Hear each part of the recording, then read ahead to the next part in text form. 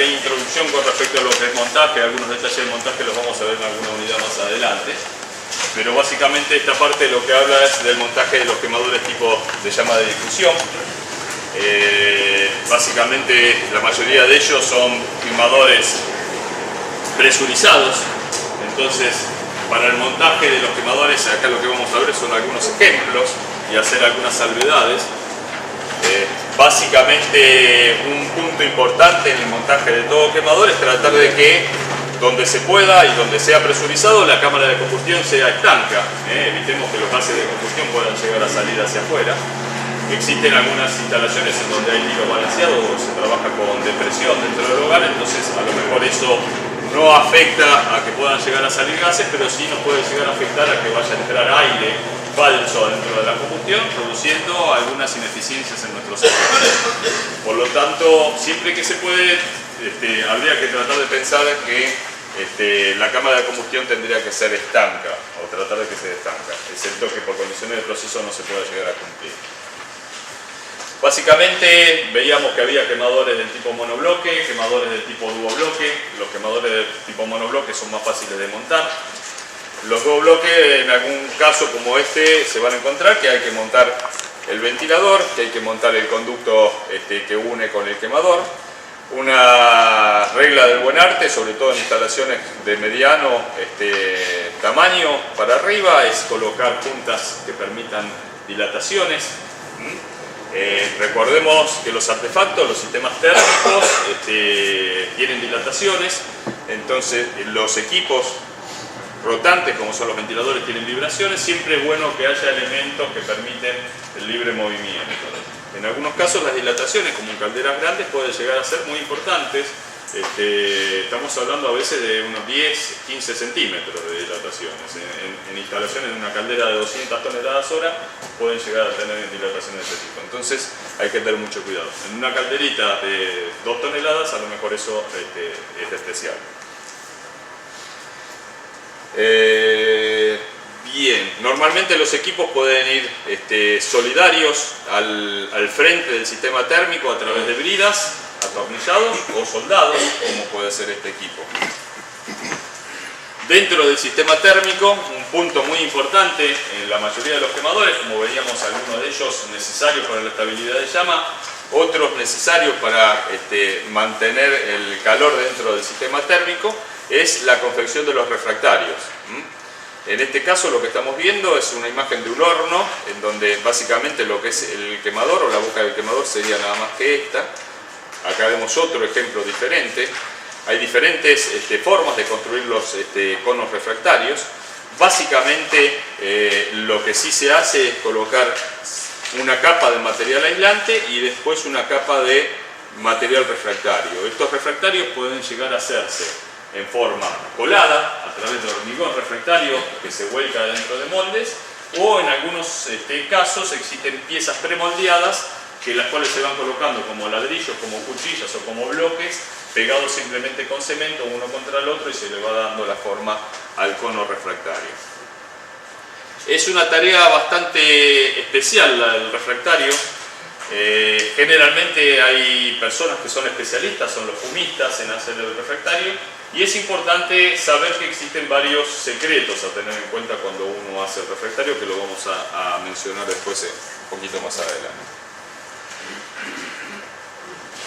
¿Preguntas al respecto o no? Sí, el material aislante, ¿qué material es? Cuando se hace colado, como les decía, tipo se hace el pastón y se mezcla, es hormigón aislante se llama. También se hace con moldes y se echa. Si son con piezas premoldeadas son bloques. Se llama así, hormigón aislante o hormigón o piezas de ladrillos aislantes. No solo, acá no se aprecia, yo creo que en alguna otra se aprecia un poco más. A veces también se pone alguna capa, antes del aislante, del hormigón aislante, se pone alguna capa de fibra cerámica o de papel aislante, papel o cartón aislante se llama, para absorber un poco la rugosidad de las partes metálicas y que asiente bien el resto del hormigón aislante. Acá vemos un ejemplo de montaje de un quemador tipo monobloque. Vemos en este caso que va bridado a través de pernos y sus tuercas correspondientes. Vemos acá en este caso está hecho y está ilustrado un solo bloque de refractario, en algunos casos se puede hacer así, pero siempre la buena regla es colocar una parte aislante en la parte trasera justamente para evitar o para disminuir la salida de calor hacia el exterior. Uno por eficiencia y otro para proteger el equipo, ¿no? Porque la radiación hacia el quemador o hacia el sistema de combustión lo va a terminar deteriorando.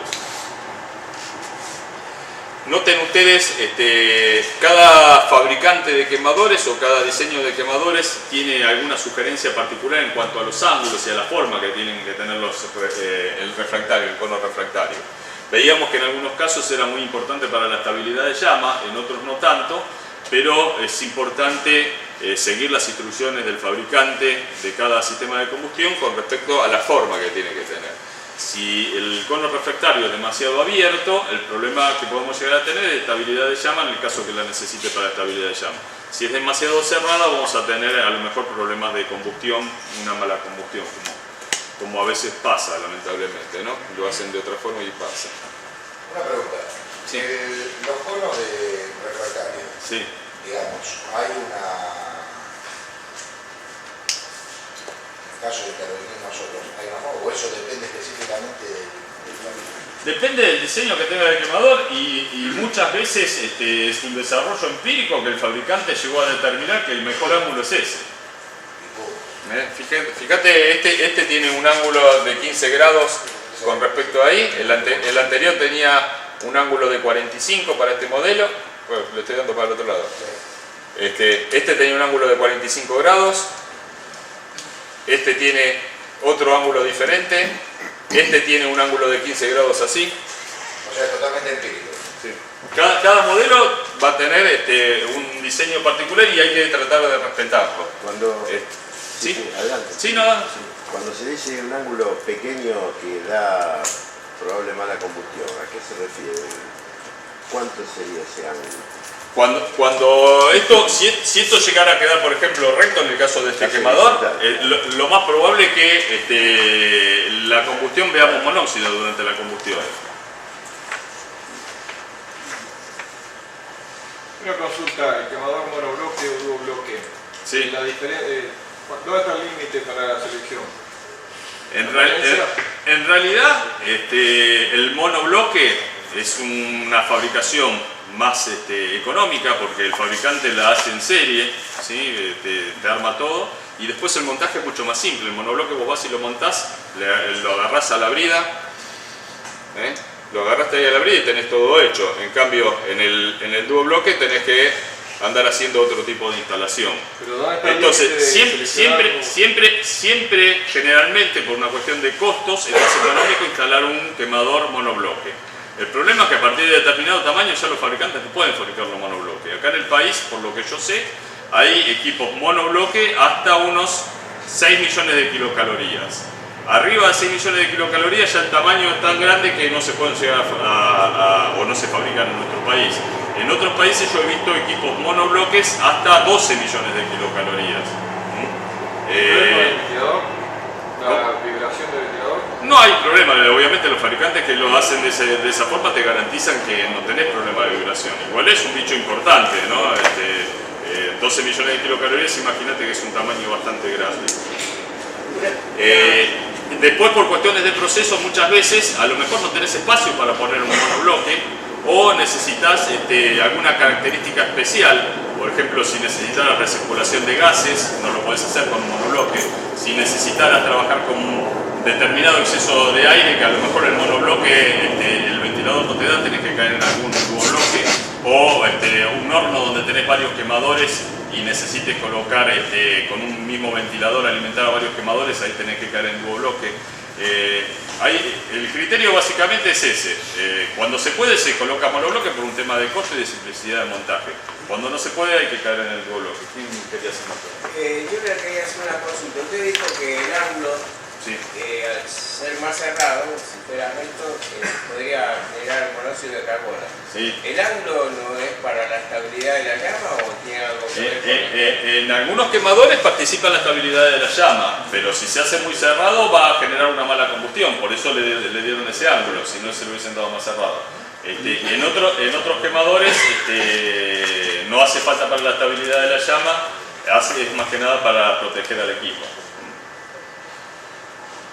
Por ejemplo, en este no hace nada para la estabilidad de la llama, en este está protegiendo al equipo. Está protegiendo la tobera en este caso. ¿Y el monóxido de carbono cómo lo produce cuando está cerrado? Es que la mezcla no se produce bien, la mezcla del aire y el gas no se produce bien y entonces terminamos teniendo... Claro. La turbulencia no es buena, si uno cerrara acá, la turbulencia que necesita el quemador no se produce.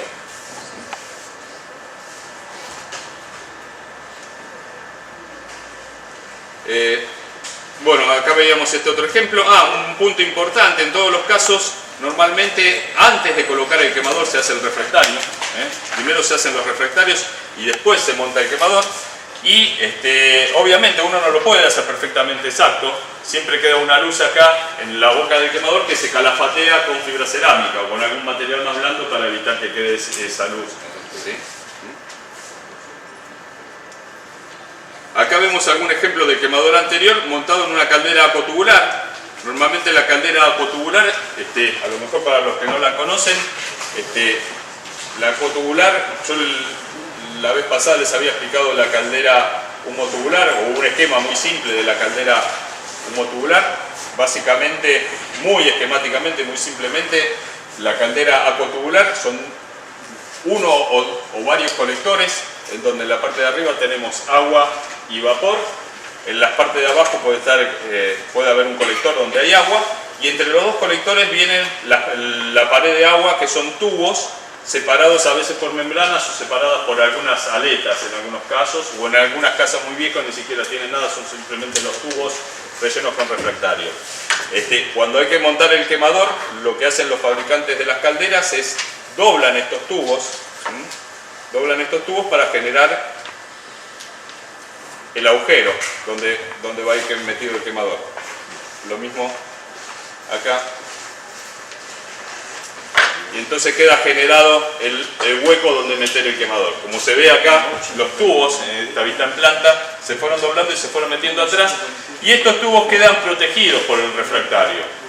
Incluso una práctica sana es que quede por lo menos una distancia de 65 milímetros protegido por el refractario, para evitar daños ahí en esa zona. ¿Qué era los tubos? Los tubos son los tubos de agua. Tenemos el colector superior de la caldera y el colector inferior. Y por estos tubos, en realidad, por estos tubos se está calentando con el calor dentro del horno. Que tenía algo que ver con la combustión. Y está evaporando, ahí se está produciendo la evaporación.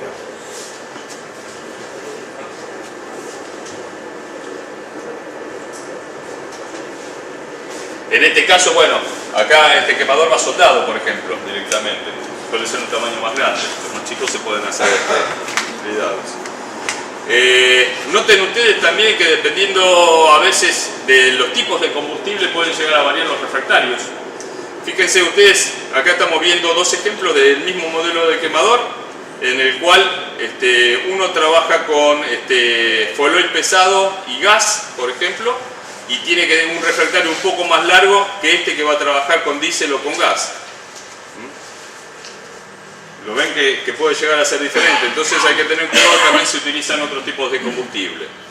Un tema importante, acá lo que estamos viendo podría llegar a ser el horno de una caldera humotubular, se ve la corruga del horno de la caldera humotubular, ¿sí? Y esto que está indicando acá es la placa de tubos, acá vienen los tubos de la caldera, ¿recuerdan más o menos cómo era el tema? Un sano consejo es que de la placa de tubo hasta donde termina el refractario por lo menos haya 100 milímetros para mantener protegida esa zona. Caso contrario, es una zona que tiene una deficiente refrigeración, acá esta zona, donde tiene la placa de tubos, y si no está protegida por refractario, muy probablemente se termine dañando la placa de tubos de la caldera. Noten acá, ven cómo se ve el aislante y el refractario. Bueno, en este se aprecia menos, pero en esta parte se ve el aislante y el refractario.